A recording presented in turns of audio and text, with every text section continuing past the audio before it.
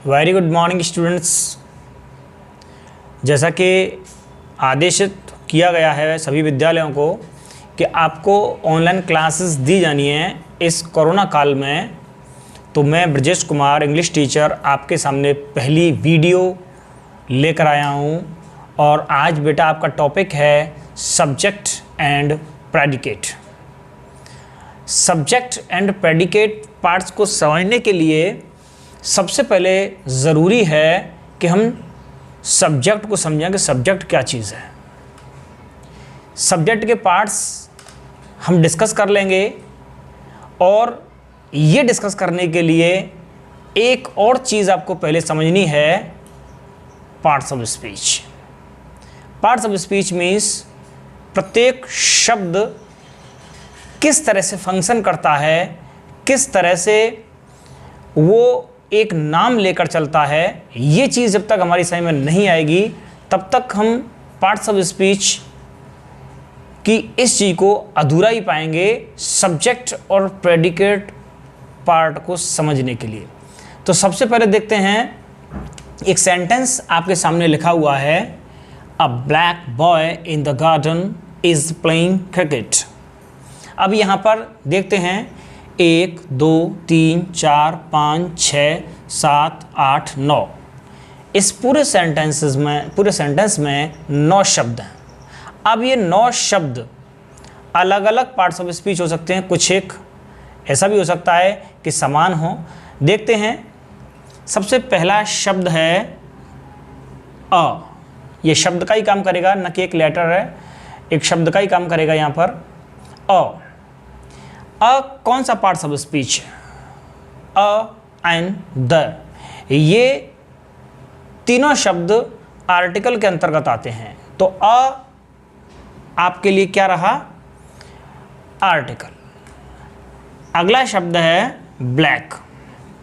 Black पता नहीं क्या है, लेकिन उसके बाद में क्या है? बॉय। बॉय मीन्स लड़का। ये चीज़ ध्यान रखिए कि जो चीज़ हम देख सकते हैं वो सब के सब क्या हैं? नाउन होते हैं। बताइए, हम बॉय को देख सकते हैं ना? देख सकते हैं। अब जब ये नाउन है, और बता दूं बात कि नाउन से जस्ट पहले अगर कोई चीज़ उसी के लिए आ रही है तो वो कार्य करती है किसका? एडजेक्टिव का। क्लियर? बहुत अच्छे। अगला शब्द है इन। इन यहाँ पर क्या है? एक प्रेपोजिशन है। In, on, into, by, with, for, from, ये शब्द जितने भी मिले हैं वो क्या होते हैं? प्रेपोजिशन। तो ये आपका प्रेपोजिशन, अभी और डिटेल्ड डिस्कशन करेंगे इस पर। द वही हो गया आपका अ, एंड द क्या होता है? ये आर्टिकल। ठीक है। अच्छा, गार्डन। गार्डन मीन्स बगीचा, इसे आप देख सकते हैं। तो ये आपका कौन सा पार्ट्स ऑफ स्पीच रहा? नाउन। अब आप सोच रहे होंगे कि सर जब ये नाउन है तो इससे जस्ट पहले आने वाला शब्द ये एडजेक्टिव होना चाहिए। तो ये हम एडजेक्टिव भी कह सकते हैं, क्योंकि डिटरमाइनर एक चीज़ होती है, डिटरमाइनर के अंतर्गत ये आर्टिकल, एडजेक्टिव, सारी चीज़ें आ जाती हैं। अब क्या है? इज़। तो is, are, am, was, were, has, have, had, do, does, did, ये शब्द जितने भी मिलते हैं ये सब के सब क्या कहलाते हैं? वर्ब। और वो भी कौन सी वर्ब? Helping verb. एक होता है आपका ये शब्द जो हेल्पिंग वर्ब के बाद में जो भी चीज़ होती है, अगर वो आईएनजी मोड में है तो उसको बोलेंगे मेन वर्ब।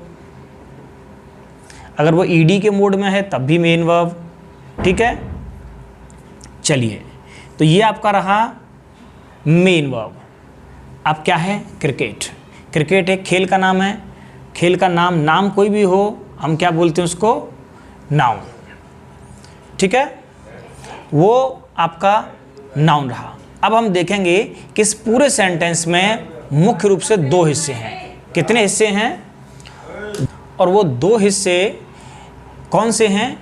एक है सब्जेक्ट और दूसरा है प्रेडिकेट। ये ध्यान रखिए कि प्रेडिकेट पार्ट जहाँ से क्रिया शुरू होती है, जहाँ से क्रिया शुरू होती है। अब बताइए क्रिया कहाँ से शुरू हो रही है? यहाँ से। तो यहाँ से लेकर के पूरा का पूरा ये पार्ट आपका क्या कहलाएगा? Predicate part. Clear?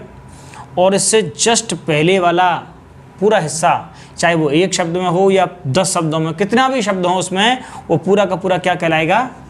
Subject part. Clear? तो हमारा जो अध्ययन है, जो स्टडी है, आज किस चीज़ पर है? सब्जेक्ट पार्ट्स पर। और वो सब्जेक्ट पार्ट्स 1 2 3 4 5 6, हमने इसको बिल्कुल एक एक शब्द करके देखा। ये आर्टिकल रहा, ये एडजेक्टिव, ये आपका नाउन, ये प्रेपोजिशन, ये आर्टिकल और ये नाउन। अगर हम अब इसको एक दूसरे तरीके से सब्जेक्ट पार्ट्स के हिसाब से देखें तो क्या चीज़ क्या है ये हम देखते हैं। देखिए, अ ब्लैक बॉय, ठीक है, ये आपका नाउन है। हम इसको हेड वर्ड भी बोल देते हैं। क्या बोल देते हैं? हेड वर्ड, क्योंकि ये मुख्य शब्द है। और हेड वर्ड को ये क्वालिफाई करने वाला शब्द है। इसको हम क्वालिफायर भी बोल सकते हैं, हम इसको एडजेक्टिव भी बोल सकते हैं। और इस नाउन को एक बताने वाला कि ये चीज़ ज्ञात है या अज्ञात है, इसी नाउन के लिए एक और शब्द हम आगे यूज़ कर सकते हैं जिसे आर्टिकल बोलते हैं।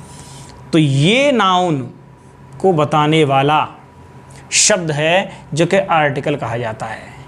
ये ध्यान रखिए कि ये जो आर्टिकल है ये सदैव इस नाउन के अकॉर्डिंग आएगा, लेकिन इसका अ अथवा एन होना इस नाउन पर निर्भर नहीं करेगा। इसके जस्ट बाद में जो शब्द है उसका आप साउंड देखेंगे। इसका साउंड क्या है? ब, यानी कि व्यंजन, यानी कि कॉन्सोनेंट।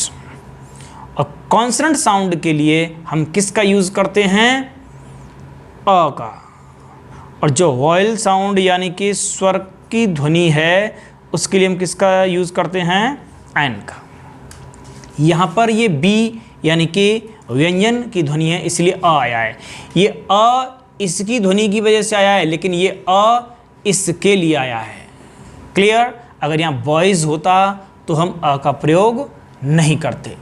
चलिए, अच्छा अब मुझे बताइए कि ये अ ब्लैक बॉय, ये पूरा का पूरा जब तीनों शब्द एक साथ मिल जाएंगे तो ये किस तरह का रोल अदा करेंगे? एक चीज़ ध्यान रखिए, एक चीज़ होती है फ्रेज़। क्या चीज़ होती है? फ्रेज़। फ्रेज़ का अर्थ होता है वाक्यांश, वाक्य का अंश, हिस्सा। आपके जो मुख्य रूप से फंक्शन करते हैं वो 3 प्रकार के फ्रेजेस हैं। मुख्य रूप से फंक्शन करने वाले फ्रेजेस तो 7 प्रकार के होते हैं, लेकिन मुख्य रूप से फंक्शन करने वाले होते हैं वो 3 होते हैं। एक होता है एडजेक्टिवल फ्रेज, एक होता है एडवर्बियल फ्रेज, और एक होता है नाउन फ्रेज। ये 3 फ्रेज आपके काम करते हैं। तो आप मुझे बताएंगे कि ये किस प्रकार का फ्रेज है? एडजेक्टिव फ्रेज, एडवर्बियल फ्रेज या फिर नाउन फ्रेज। आज की वीडियो में मैं आपको यहीं पे विराम देना चाहूँगा। नेक्स्ट वीडियो में हम इसी टॉपिक को आगे बढ़ाएंगे कि ये फ्रेज़ को कैसे पहचाना जाए कि कौन सा फ्रेज़ है और कौन सा फ्रेज़ नहीं है। इसको समझने के लिए एक छोटी सी ट्रिक का यूज़ करेंगे, उसके माध्यम से हम इसको आसानी से समझेंगे। टिल देन, गुड बाय, शुभ रात्रि।